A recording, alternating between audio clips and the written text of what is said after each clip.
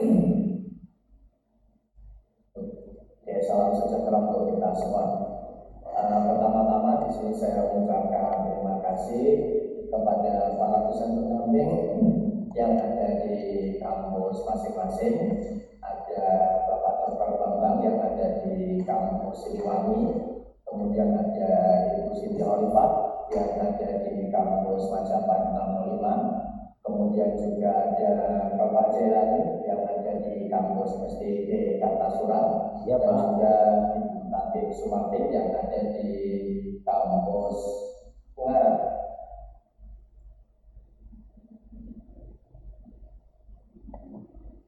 Juga mengucapkan terima kasih kepada teman-teman mahasiswa dan mahasiswi semua yang hadir secara offline di masing-masing kampus, dan mungkin ada yang hadir secara online.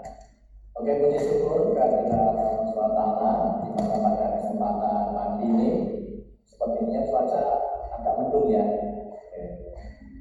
Kita bisa bersama-sama hadir untuk melaksanakan perkuliahan mata kuliah pengantar ekonomi dan bisnis. Oke, tanpa berlama-lama langsung saja untuk saya izin untuk share screen ya untuk materi pada kesempatan pagi ini.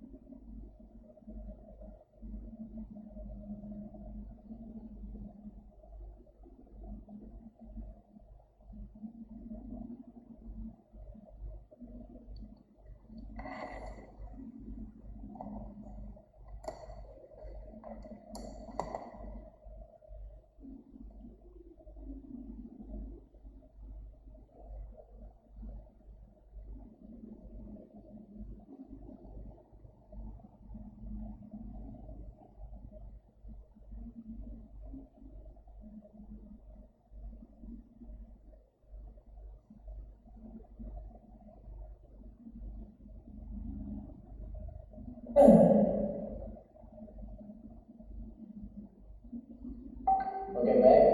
Jadi untuk perkuliahan kita pada pagi ini kita akan menyampaikan materi dan tentunya nanti bisa kita diskusikan bersama ya, yaitu berkaitan dengan tema para pemangku kepentingan dan etika dalam bisnis.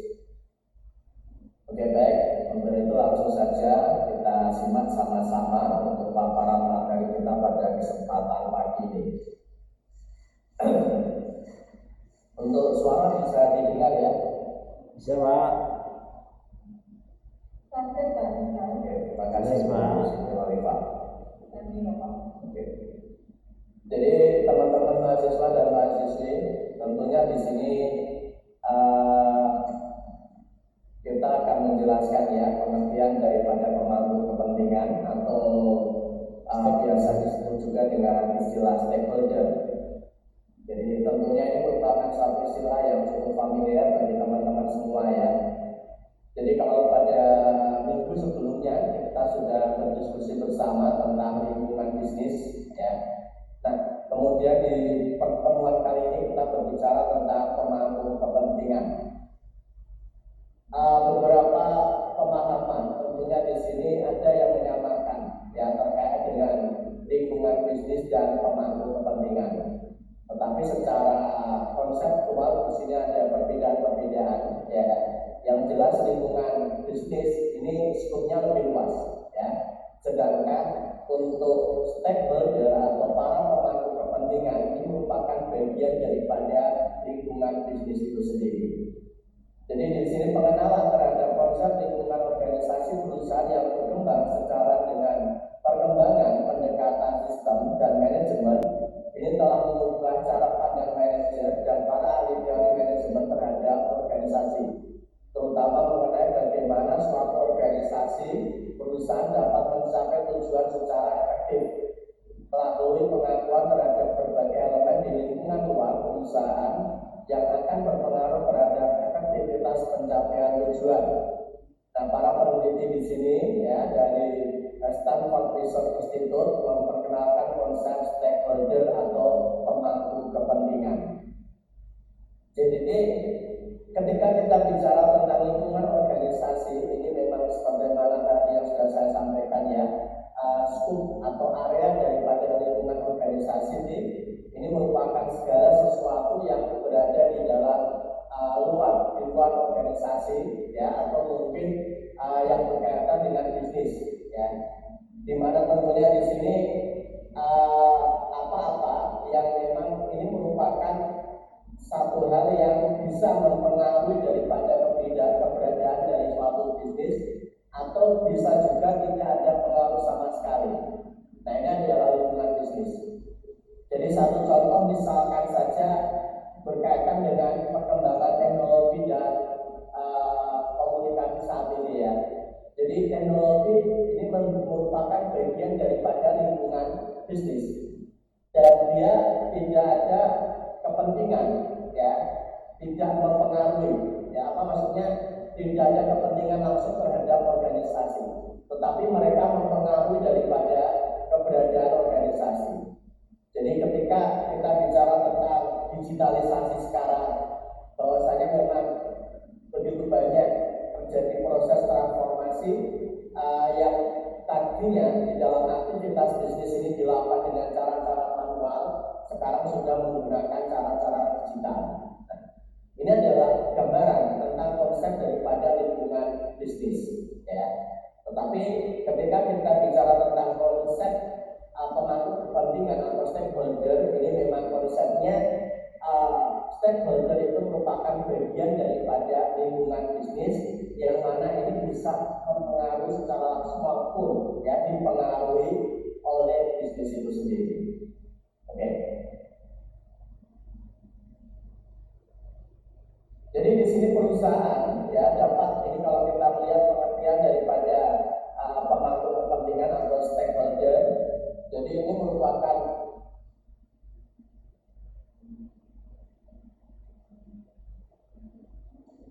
perusahaan dapat mempertahankan keberadaannya selama ini karena kemampuan yang mereka miliki untuk menciptakan nilai dan berbagai hasil usaha perusahaan yang dapat diterima.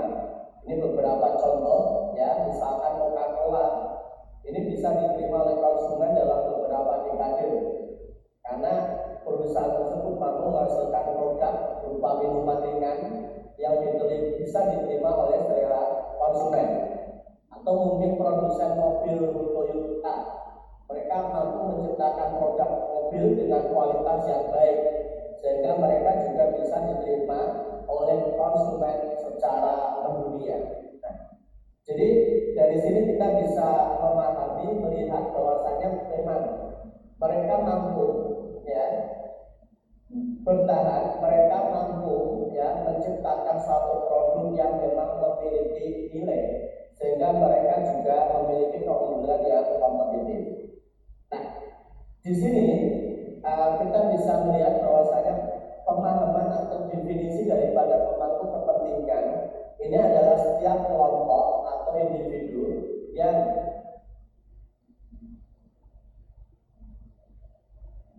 mempengaruhi ya atau dipengaruhi untuk dalam rangka untuk pencapaian tujuan organisasi.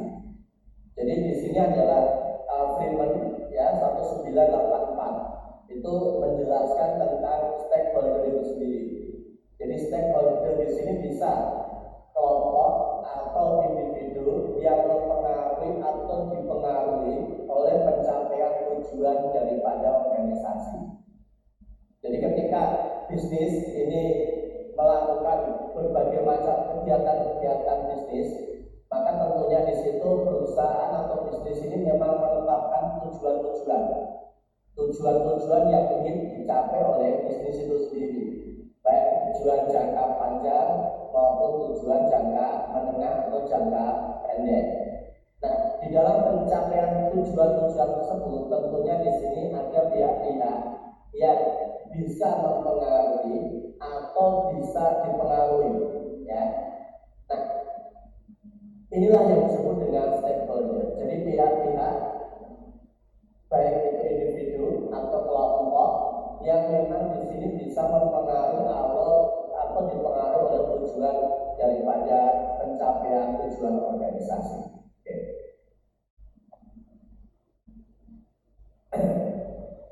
Jadi dari sini kita bisa melihat ya bahwasanya pemangku kepentingan ini merupakan bagian daripada lingkungan usaha. Jadi stakeholder sebagaimana tadi yang sudah saya sampaikan di depan ya, bahwasanya memang stakeholder ini merupakan bagian daripada lingkungan usaha perusahaan atau business environment. Nah, kendati pemangku kepentingan ini daripada lingkungan perusahaan, tetapi konsep pemangku kepentingan ini harus dipahami secara berbeda dengan konsep lingkungan perusahaan. Nah, di dalam konsep lingkungan perusahaan ini perhatian ini lebih ditujukan pada pengaruh yang dapat diberikan lingkungan terhadap kinerja dan pencapaian tujuan perusahaan.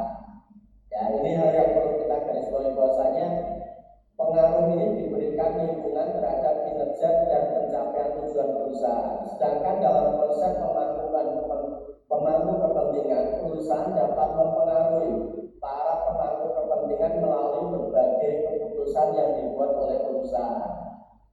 Ini ya, jadi kalau lingkungan itu mempengaruhi saja, ya, mempengaruhi baik di sini berkaitan dengan kinerja maupun tujuan organisasi, tetapi kalau stakeholder ini bisa dipengaruhi oleh bisnis, ya. Jadi organisasi atau perusahaan ini bisa mempengaruhi daripada stakeholder.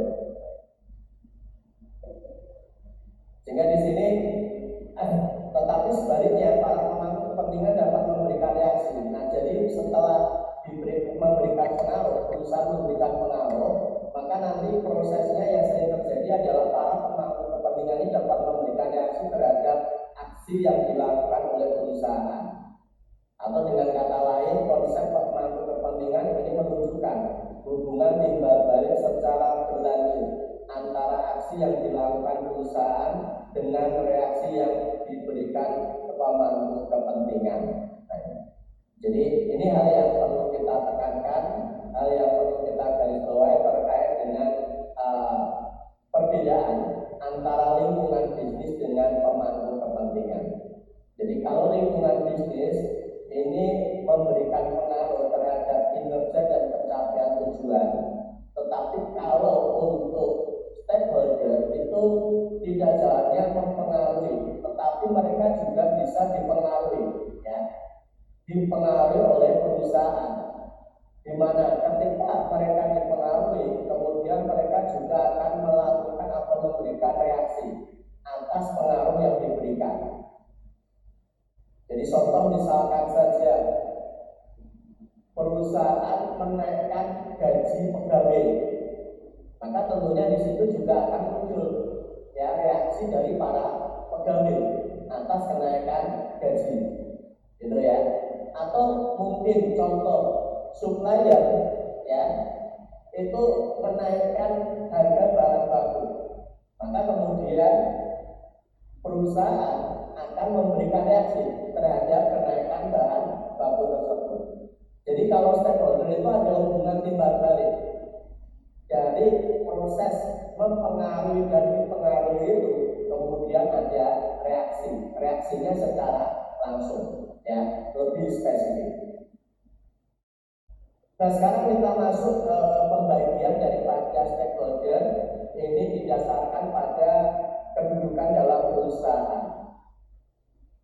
Jadi di sini berdasarkan kedudukan pemangku kepentingan di dalam pengelolaan perusahaan, Jones tahun 1995 ini membagi pemangku kepentingan itu menjadi dua kategori, yaitu yang pertama adalah inside stakeholder dan yang kedua adalah outside stakeholder.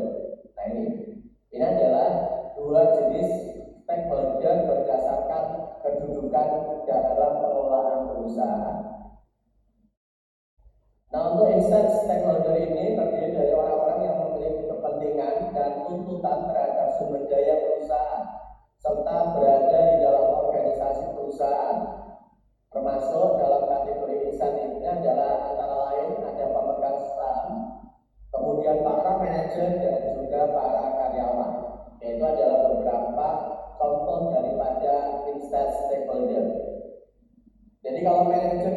merupakan pekerja perusahaan yang bertanggung jawab untuk mengkoordinasikan berbagai macam sumber daya yang dimiliki oleh organisasi untuk pencapaian tujuan organisasi secara efektif dan efisien. Jadi ini konteksnya tentunya adalah bisa menyesuaikan dengan bentuk-bentuk perusahaan ya. Jadi ketika perusahaan ini merupakan perusahaan perseorangan, maka untuk manajer ini bisa saja berperan sebagai pemilik dan juga manajer ya. Misalkan teman-teman punya bisnis dan itu merupakan modal sendiri dan teman-teman kelola sendiri, maka kedudukan manajer itu adalah pemilik ya. Jadi dia memiliki peran ganda. Tapi bisa saja manajer di sini merupakan institusi atau orang yang terpisah dengan pemilik modal. Jadi konteksnya ini bisa berkaitan dengan perusahaan dalam bentuk perseorangan atau mungkin perusahaan yang bentuknya adalah PT atau CV. Contoh misalkan kalau teman-teman mulai usaha, kemudian usaha berkembang, yang tadinya bisnisnya itu teman-teman kelola sendiri ya, dan teman-teman sebagai pemilik sekaligus sebagai pengelola atau manajer, untuk Mas. Oke, silakan bergabung.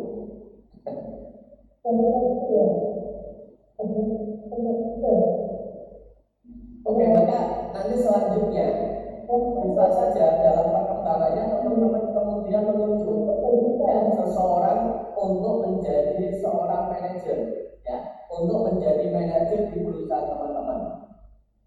Nah, maka dengan demikian maka tentunya nanti proses yang terjadi ya, ada pemisahan antara pemilik dengan manajer, di mana manajer itu bertanggung jawab ya kepada pemilik modal. Dalam hal ini tentunya berlaku teori keadilan atau agensi teori.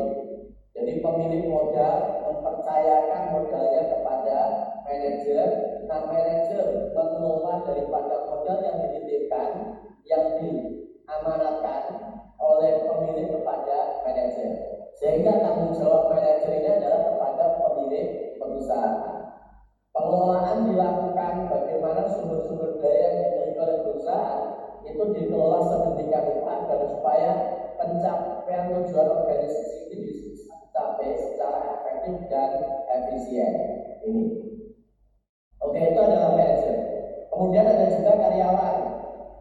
Ini seluruh pekerja non manajer, di mana karyawan ini tentunya memiliki tugas dan tanggung jawab yang berbeda-beda sesuai dengan level atau tingkatan atau kedudukan di dalam organisasi ya, atau secara fungsional tentunya kan itu juga memiliki ya posisi yang berbeda-beda. Ada karyawan di bagian produksi tentunya memiliki tugas dan tanggung jawab sesuai dengan penempatannya atau fungsinya, yaitu bagian produksi. Atau mungkin ada karyawan yang berada di bagian pemasaran, tentunya ini juga memiliki tugas dan tanggung jawab sesuai dengan fungsinya. Nah, karyawan di sini juga memiliki tanggung jawab ya, di mana tentunya ada hubungan secara profesional antara karyawan dengan pemberi pekerjaan, gitu ya. Jadi dalam hal ini tentunya hubungannya kepada manajer, tapi manajer juga punya tanggung jawab kepada pemilik.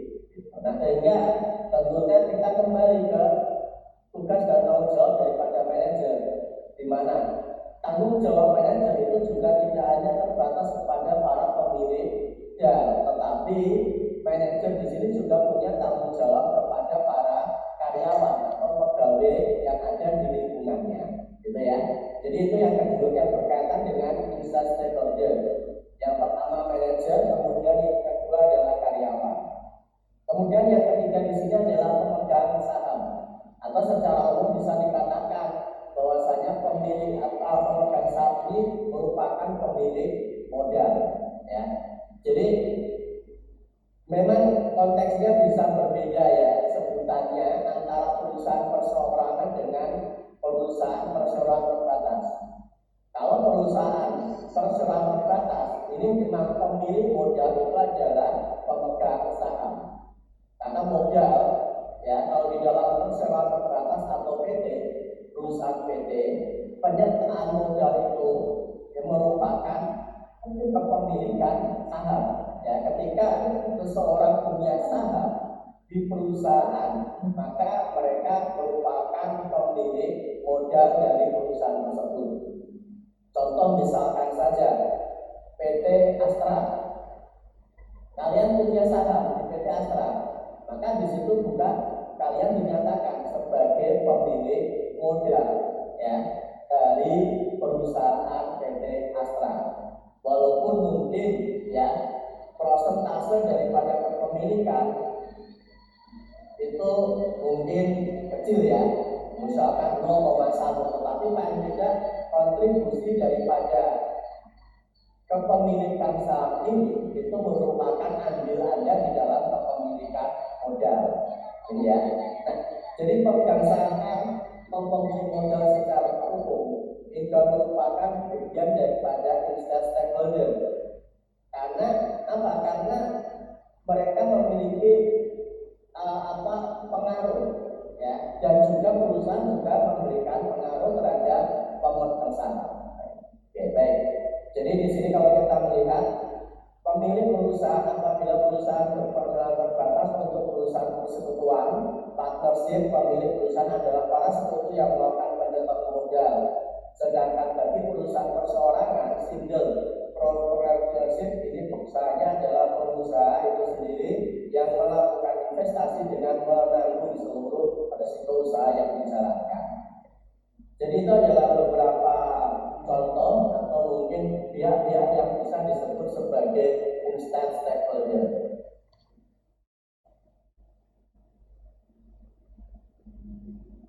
Nah, kemudian di samping instant stakeholder, di sini juga ada outside stakeholder, ya. Nah, untuk outside stakeholder di sini adalah pihak maupun orang-orang, ya, yang bukan pemilik perusahaan, pemimpin perusahaan, dan juga bukan sebagai karyawan, ya. Yang memang di sini memiliki kepentingan terhadap perusahaan dan atau dipengaruhi oleh keputusan serta tindakan yang dilakukan oleh perusahaan.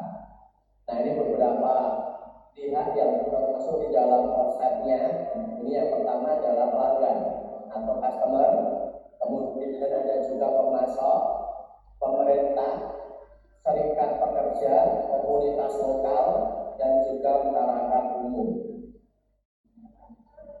Oke, mungkin untuk yang pertama di sini kita bisa simak, ya, berkaitan dengan stakeholder. Yang pertama adalah pelanggan. Jadi pelanggan di sini memang merupakan pihak yang bisa dipengaruhi dan juga mempengaruhi daripada perusahaan, ya. Jadi pelanggan ini merupakan pihak yang bisa dikatakan memiliki kedudukan yang sangat penting di dalam bisnis. Jadi tanpa ada pelanggan, maka mutlak bisnis tidak akan mampu bertahan, ya. Makanya kita sering melihat mungkin di sekitar kita, ya, atau mungkin di lingkungan kita itu ketika ada suatu usaha baru, ya, ada kalanya usaha tersebut tidak bisa bertahan dalam jangka waktu yang lama. Jadi misalkan ada arung baru gitu, ya, mungkin sehari kalian melihat, 2 hari kalian melihat, 3 hari melihat, tetapi dalam hitungan mungkin minggu, bulan, ternyata sudah tidak tampak lagi. Nah, ini dimungkinkan salah satu penyebabnya adalah mereka tidak memiliki agar, ya, atau pelanggan, tetapi ternyata pendapatan dari pelanggan tidak mampu mencukupi dari biaya operasional, sehingga mereka kemudian. Nah, maka dari itu kuncinya agar supaya bisnis ini bisa tetap bertahan, ya, tetap survive, maka pelanggan itu merupakan kuncinya. Sehingga pelanggan bagaimanapun harus bisa diraih, harus bisa dimiliki, dipertahankan untuk jangka waktu yang panjang. Nah, bagaimana agar supaya suatu bisnis ini bisa mendapatkan pelanggan? Apa kira-kira kuncinya? Nah, kuncinya tentunya pertama adalah suatu bisnis itu merupakan bisnis yang menjawab kebutuhan dan keinginan daripada pelanggan. Jadi ketika bisnis ini orientasinya ada kebutuhan dan keinginan pelanggan, maka tentu ya kehadiran daripada bisnis ini bisa diserbu oleh pelanggan, karena memang pelanggan membutuhkan, pelanggan memerlukan. Itu yang pertama.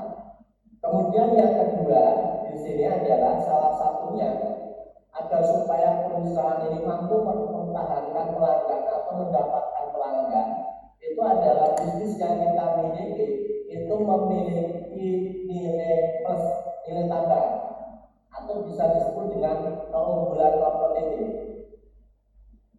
Jadi contoh misalkan saja ketika satu bisnis ini memiliki keunggulan, ya memiliki nilai plus value, ya maka tentu apa yang didapatkan oleh customer, ya dengan pengorbanan tertentu, customer itu akan mendapat nilai tambah yang lebih dibandingkan dengan kadang bisnis-bisnis yang bisa bertahan, mempertahankan pelanggan dalam jangka waktu yang lama, gitu ya. Ya beberapa contoh mungkin kita bisa melihat ya, sebagai contoh dulu ketika pertama kali ya hadir ya sekitar mungkin tahun 90-an menuju 2000 itu ya. Nah di situ handphone hadir itu kan sebagai alat komunikasi ya, dimana di situ kegunaan daripada handphone untuk keperluan handphone atau mungkin kirim pesan singkat SMS gitu ya. Tapi dalam perkembangannya kemudian pelaku produsen handphone itu melihat ya kalau handphone itu hanya terbatas sebagai alat komunikasi, wah tidak ada bedanya dengan perangkat komunikasi yang lain gitu ya. Nah maka kemudian dengan inovasi yang dilakukan untuk menjawab kebutuhan, handphone dilengkapi dengan perlengkapan multimedia, bisa untuk mendengarkan lagu, bisa untuk foto-foto, bisa untuk merekam video. Tapi kemudian kebutuhan daripada pelanggan, keinginan daripada pelanggan itu tidak hanya terbatas sampai di situ, ya. Di mana yang diinginkan dan yang dibutuhkan oleh konsumen atau pelanggan untuk alat komunikasi tidak hanya untuk telepon multimedia, tetapi bisa juga untuk mendukung aktivitas bisnis. Nah sehingga pada saat itu muncul pelopor smartphone yang pertama yaitu apa? BlackBerry. Kalian tentunya mungkin sudah bisa menikmati ya teknologi BlackBerry ya. Walaupun mungkin usia kalian umur berapa waktu BlackBerry muncul itu? 5 tahun ya. Nah ini sering ganggu bunyinya bapak ibu mungkin ya. Nah, tapi di situ merupakan pelopor dari smartphone yang pertama. Nah, hadirnya BlackBerry itu menunjukkan bahwasannya perusahaan produsen handphone itu mampu melihat ya perkembangan daripada kebutuhan dan keinginan pelanggan yang mampu berubah, sehingga mereka menjawab dengan menciptakan produk baru. Walaupun sekarang dalam perkembangannya sudah ada Android ya. Nah, mungkin dari sisi kebutuhan yang lain ya yang efisiensi biasanya dan juga kemudahan di dalam penggunaan, maka kemudian muncul Android. Nah, ini pun juga terus akan berubah hanya sesuai dengan kebutuhan dan keinginan. Tetapi dari situ kemudian kita bisa melihat bagaimana pelanggan-pelanggan ini itu memiliki kebutuhan dan keinginan yang terus berubah, yang mana tentunya ini harus dilayani dengan baik. Sehingga harapannya nanti pelanggan, customer itu merasakan apa? Pengalaman yang positif, ya, pengalaman yang positif, pengalaman yang menyenangkan ketika mengkonsumsi produk yang kita hasilkan atau produk yang dihasilkan oleh bisnis itu. Oke, kemudian untuk yang berikutnya ini pemasok, supplier. Pemasok ini juga mempengaruhi dan juga dipengaruhi ya oleh bisnis. Ketika pemasok ini memasok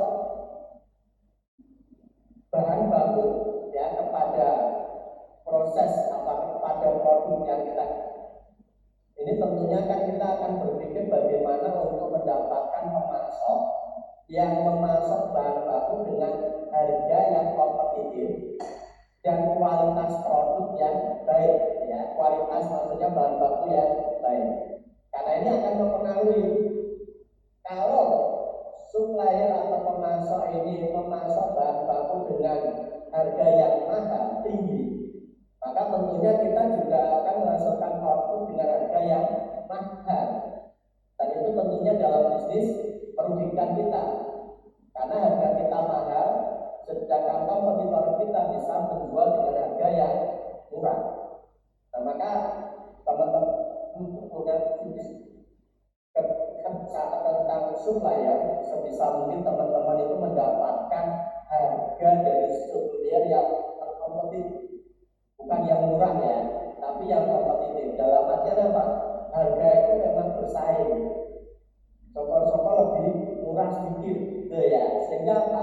Kita tekan dari sisi harga, karena bagaimanapun dan harga bahan baku itu berpengaruh secara langsung terhadap harga jual produk jadi. Kemudian yang kedua adalah kualitas.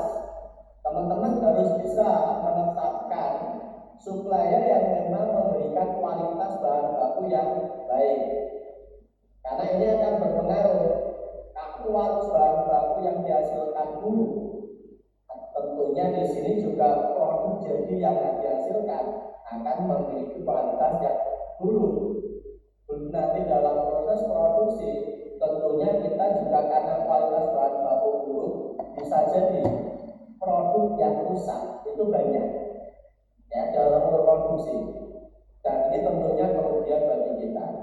Nah, maka dari itu kita bisa menetapkan pemasok-pemasok yang memang mampu memberikan harga yang kompetitif dan kualitas bahan baku yang baik, sehingga tentunya nanti akan memberikan dampak secara langsung terhadap industri kita. Kemudian untuk yang lain adalah kreditur, ya. Kreditor ini adalah pihak-pihak yang memberikan kredit, pihak-pihak yang memberikan pinjaman. Ini juga merupakan stakeholder offset yang memang memberikan pengaruh.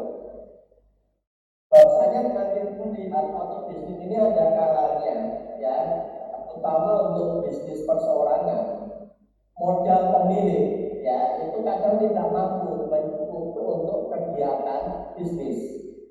Satu contoh misalkan, teman-teman punya uang 10 juta, itu sudah teman-teman gunakan untuk investasi bisnis Anda.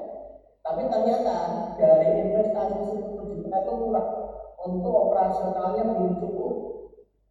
Nah, maka tentunya di sini teman-teman memerlukan dana tambahan. Sumbernya dari mana? Dari teman. Susah ya kalau dari teman ya. Karena teman sudah terlanjur nggak percaya sama kita gitu ya. Nah ini. Nah, maka salah satunya sumber kita bisa memperoleh dari itu, dalam hal ini bisa dari lembaga keuangan atau mungkin perbankan. Nah, maka di sini ya kita bisa mendapatkan tambahan modal ya dengan cepat.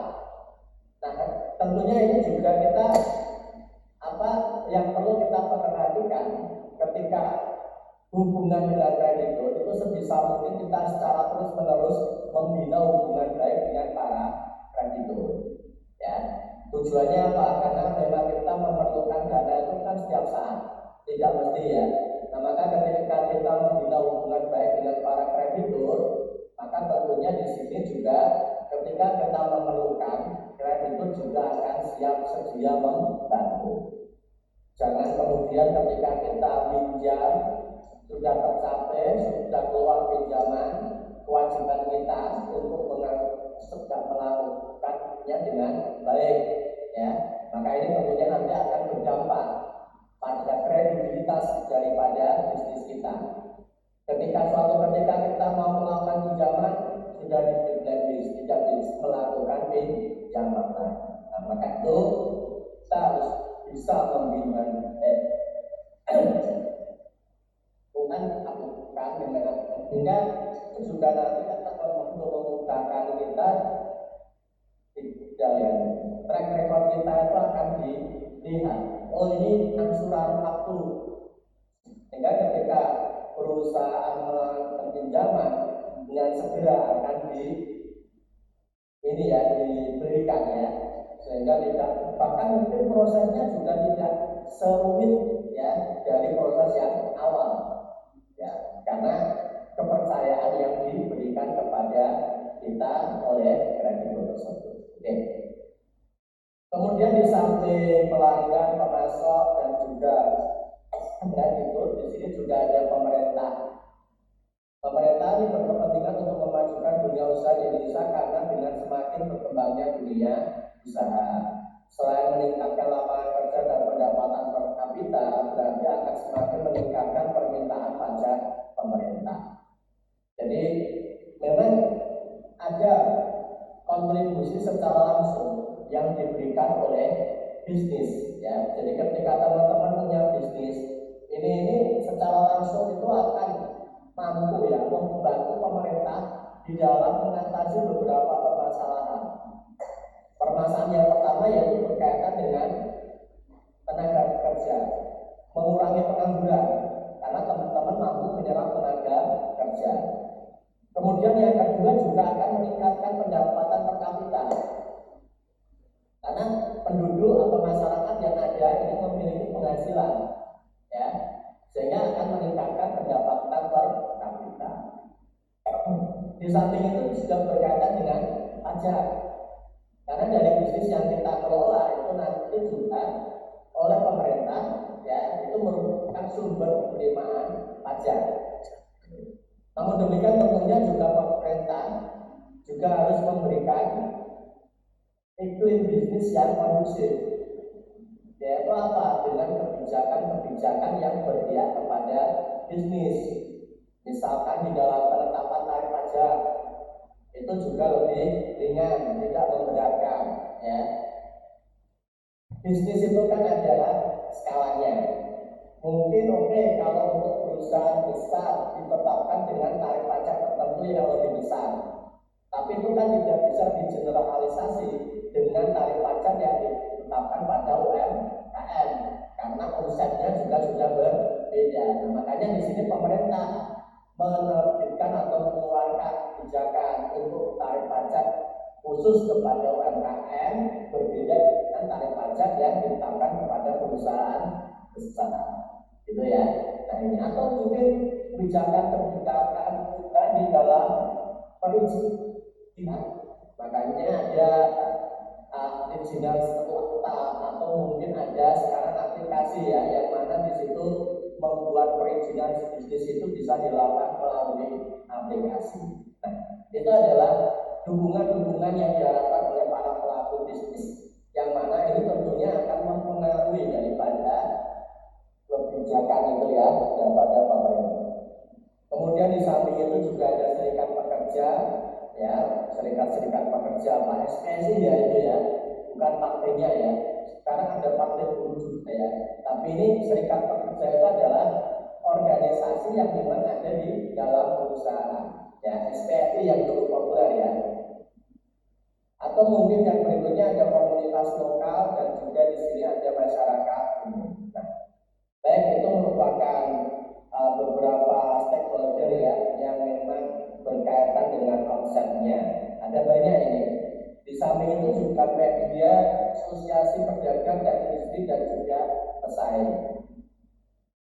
Kalau media ini berkepentingan terhadap perusahaan karena dunia bisnis merupakan pemasok iklan iklannya terutama ya. Kalau sekarang media yang bisa dikatakan masih bertahan itu media elektronik ya. Media cetak sepertinya sekarang sudah tidak mulai dilirik. Kalian susah ya mendapatkan orang itu ya. Kalau di era 90-an mungkin media cetak kayak orang cukup favorit ya. Tapi kalau sekarang dengan adanya teknologi digital, maka terjadi heran ya, media elektronik sekarang yang diminati ya, apalagi kayak media-media sosial ya, merupakan daripada platform internet ini. Asosiasi pedagang ini ya, ada asosiasi pedagang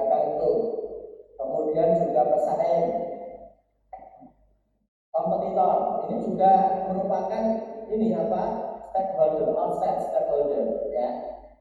Kemarin mungkin sudah kita sampaikan ya, memang kalau kita melihat diskusikan negatif, tapi saya juga sebetulnya mampu memberikan dan kita juga bisa mempengaruhi. Nah, kita harus berpikir positif ya terhadap pesaing ini, karena bagaimanapun juga pesaing juga sedikit banyak memberikan kontribusi ya atas informasi-informasi yang tentunya bisa membantu daripada bisnis kita. Apalagi kalau kita melihat di marketplace ya, di situ kan kita bisa melihat pesaing secara langsung, informasi yang diberikan, harga misalkan. Kita produsen memproduksi baju, ada kompetitor lain sama-sama produksi baju. Nah, harganya sana berapa? Kita juga bisa mendapatkan informasi, sehingga kita juga bisa memposisikan harga yang pantas untuk produk kita. Atau mungkin berkaitan dengan model dan sebagainya. Nah, ini adalah pesaing, sehingga secara langsung ini juga akan memberikan pengaruh ya. Ya, harapan kita tidak hanya terbatas menggantung pada masih pesaing, tetapi sebisa mungkin kita akan menjadi leader, bukan follower gitu ya. Leadernya itu kita peroleh bagaimana? Ya, kita harus kreatif dan inovatif ya, menciptakan produk. Kalau dulu di beberapa alat-alat elektronik itu ya, kan sekarang perkembangannya sangat pesat ya.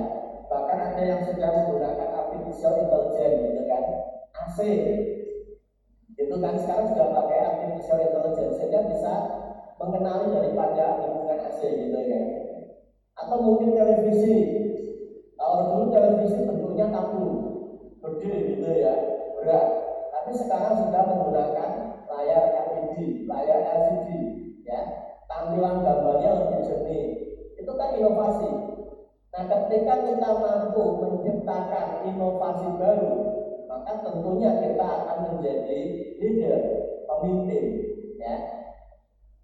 Oleh pesaing kita diposisikan sebagai pemimpin ya, sedangkan pesaing kita sebagai follower. Tapi ada juga ya yang nyaman sebagai follower, sebagai pengikut saja tidak apa-apa lah, yang penting aman gitu ya. Kalau di depan nanti takutnya tambah ini ya, kalau peok gitu ya istilahnya ya. Oke. Baik. Itu hal-hal yang berkaitan dengan outside stakeholder. Jadi cukup banyak itu ya kan. Ini juga berkaitan dengan outside stakeholder, pedagang grosir dan pengecer, kemudian juga kelompok aksi sosial dan politik. Ini juga masuk dalam outside stakeholder. Jadi cakupannya sangat luas sekali ya, sangat banyak sekali outside ini. Nah, kemudian untuk yang lain ini pembagian pemangku kepentingan atau stakeholder berdasarkan aktivitas perusahaan. Ini secara garis besar dikategorikan menjadi dua. Yang pertama adalah primary stakeholder dan yang kedua adalah secondary stakeholder. Jadi di dalam primary ini ada investor, ada karyawan, ada pemasok, ada pelanggan ya. Ya sama ya kayak tadi ya, termasuk di dalamnya itu ya. Cuman mengkategorikan dari persepsi yang berbeda ya. Kalau secondary di situ ada beberapa entitas, di situ ada masyarakat umum, ya, pusat peran, ada aktivitas kelompok aktivitas sosial, media, masyarakat, ya, investasi. Oke, itu kalau pembagiannya ya sebetulnya cuma dari sisi yang berbeda. Dan dari stakeholder kita pindah ke etika bisnis ya.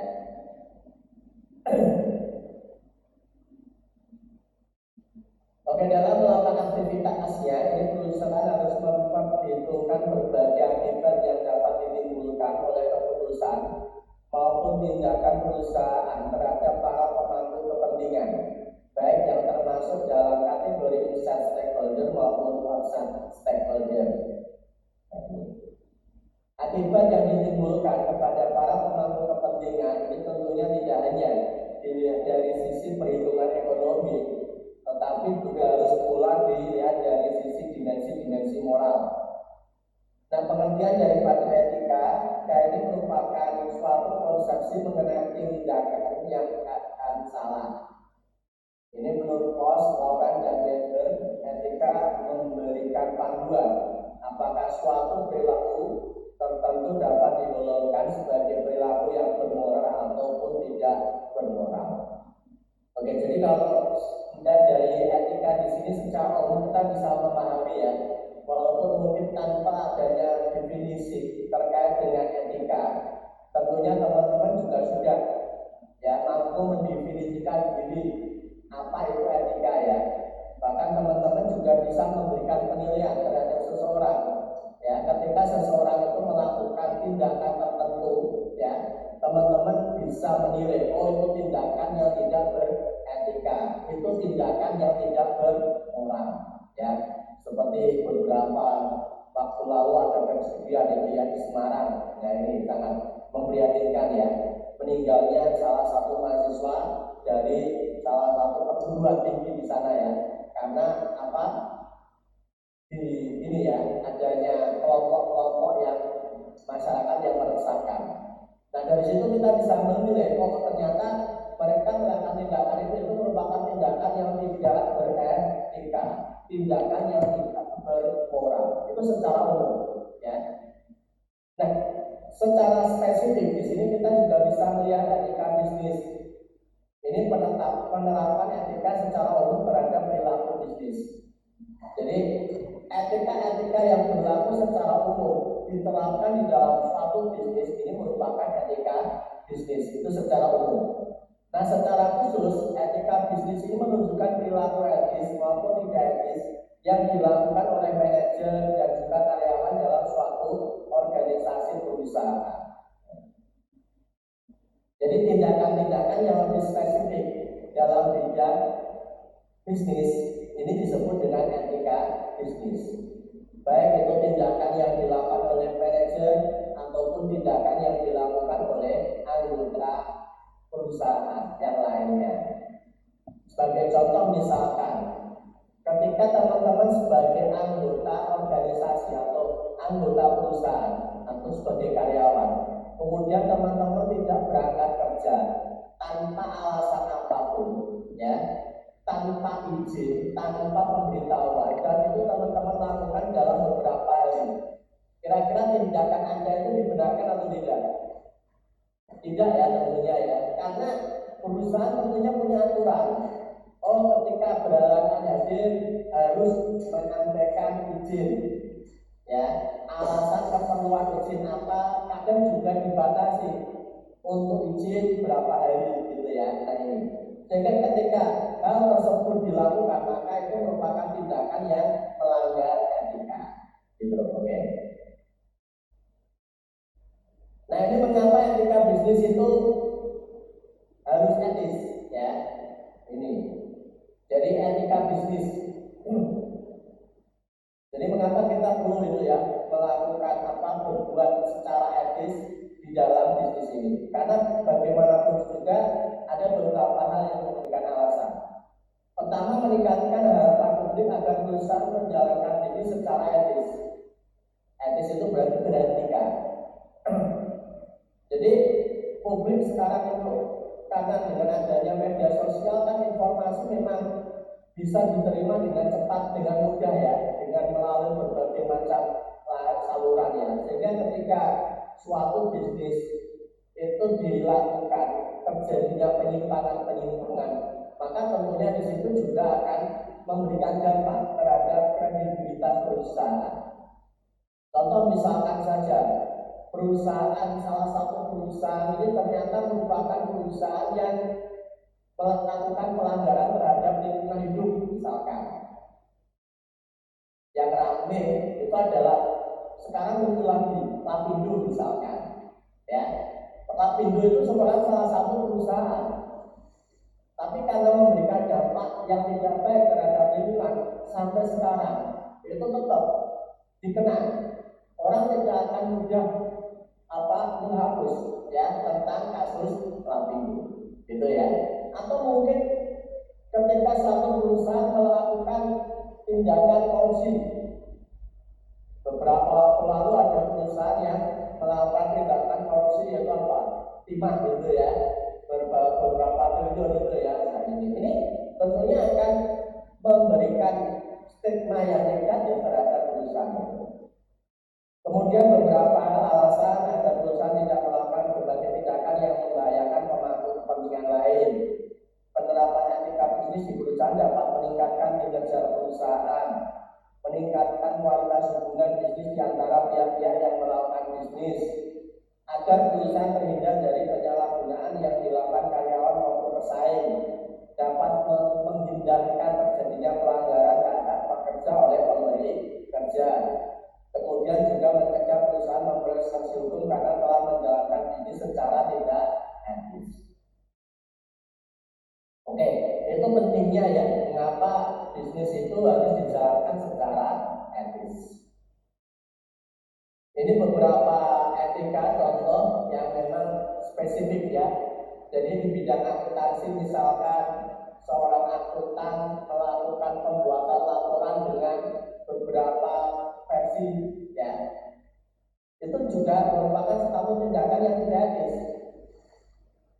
Kalian jurusannya apa? Manajemen ya.